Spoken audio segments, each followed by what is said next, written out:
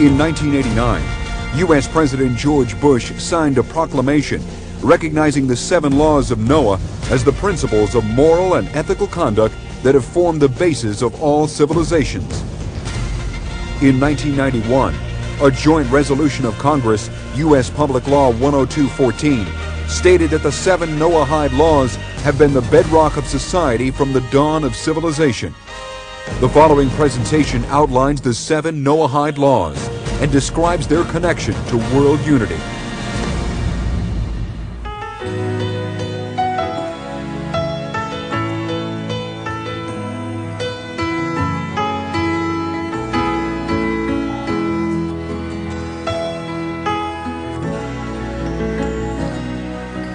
There comes a time as we watch our lives unfold when the world feels strange, future unknown.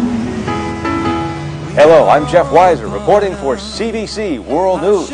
Last week's unprecedented unilateral world peace agreement, which officially ended all armed conflicts around the globe, has now gone into effect.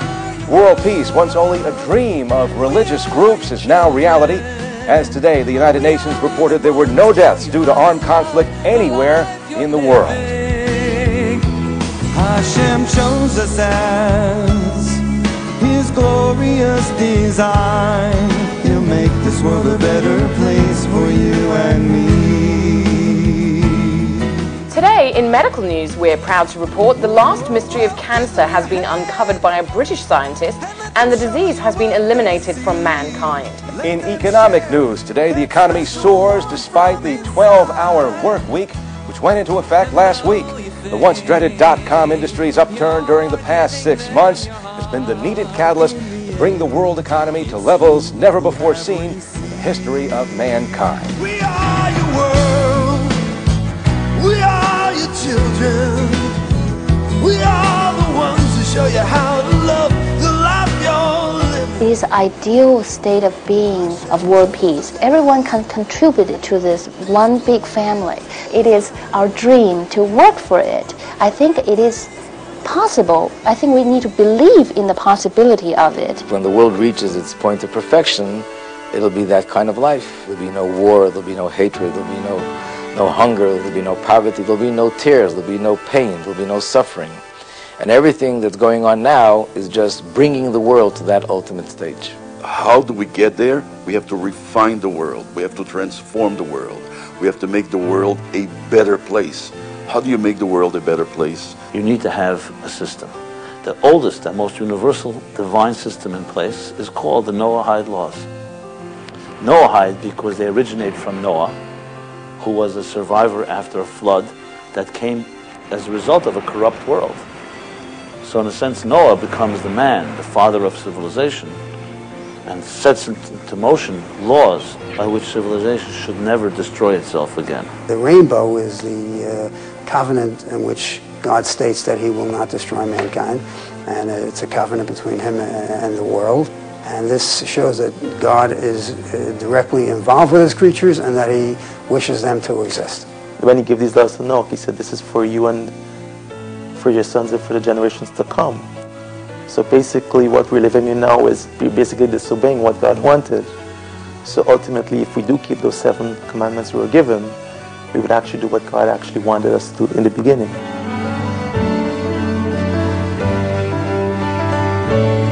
Number one is that there's a God.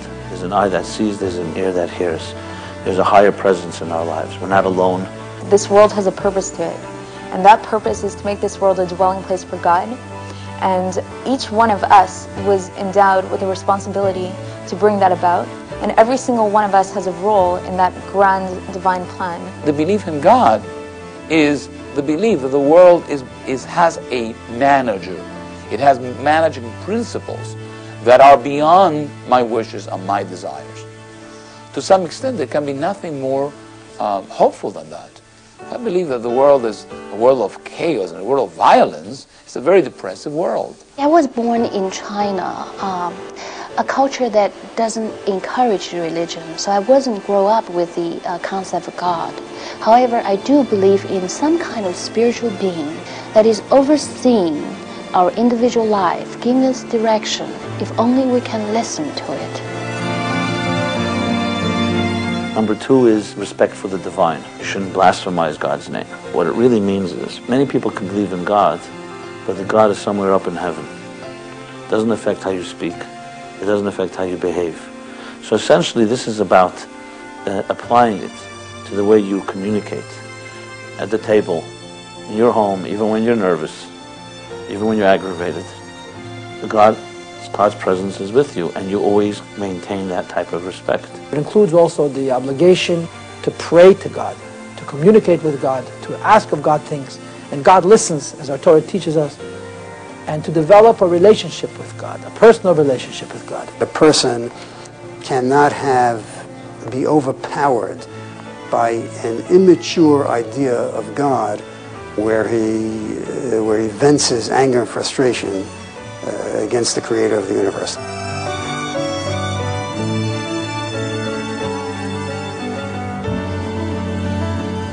Number 3 is respect for life. Thou shalt not murder. You must respect life, absolutely. The criteria for murder is not to kill someone who doesn't want to be killed.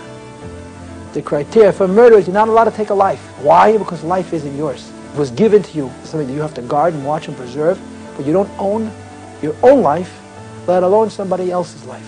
And taking another life of a person whose life wants to be taken, like this whole craze of euthanasia, is biblically prohibited. It's against the Torah to murder another human being, whether or not that human being, even if the human being is willing. You don't own your own life. You're not allowed to take your own life. It's against the Torah. And I want to add one piece of controversy, but a very real controversy. According to Jewish law, within the framework of the 7 laws of Noah, abortion is murder. Killing an unborn baby who would live, if he would be allowed to live, is murder. Unfortunately, in our society, you don't get punished for it. It's almost become a mitzvah, a commandment, like something that shows you to be, what are they called, a progressive human being. But as an individual, there should be a sense of awareness, of conscience, of consciousness. This is taking a life. Life doesn't belong to you. You have no right to destroy it. Number 4 is respect for family, which means sexual conduct that is not incestuous, that is not abusive. You can't have a society with simply rampant, unbridled sexual instinct, and so there must be control over the sexual instinct, and sexuality in man has to have an objective, and the objective is procreation. So the Torah cannot sanction an institution where the sexuality is simply self-indulging and there is no benefit for mankind.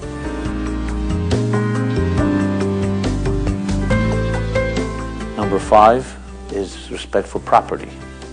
Thou shalt not steal. So not just respect for someone's life, it's also respect for other people's property. If I believe that there is a force that unites both of us, then just as I want something, I have to consider that you want something. Just as I own something, then you own something. And just as I want what is good for me, I must want what is good for you. This is the principle of Hillel. What is hateful unto you, don't do unto your brother. Even if that person will never know you stole from them, and even if that person wouldn't care that you stole from them, you're not allowed to steal. It's wrong. It's against God's principle. Number 6 is to set up a system of law and order, a justice system of courts, so there's accountability and people have a certain responsibility to themselves and to society. That entails both people who teach law, shoftim, judges, and people who enforce law, where right and justice is upheld and where evil and wrong is punished.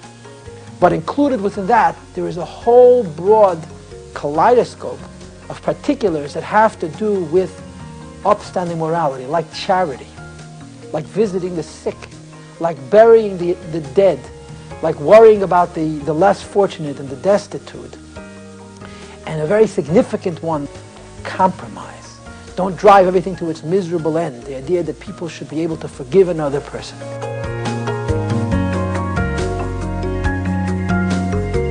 And finally, number 7 is respect for creatures, which specifically in Hebrew is called Ever min achai, that you shall not eat from the limb of an animal that's alive. because it tortures it. So it's respect for life. In today's world, cultism and belief in magical powers and animals are, by the way, slaughtered, and attempts are made to gain their power, so it is very common in our society. You may not see it out in the street every day, but you read about it and it's there, and this type of a thing is something which has had a major influence on many, many societies. This is a very humanistic law, that you as a human being have to have compassion, not only to your parents and not only to your society, but also to animals. That you have to have compassion for everyone, for all of God's creations.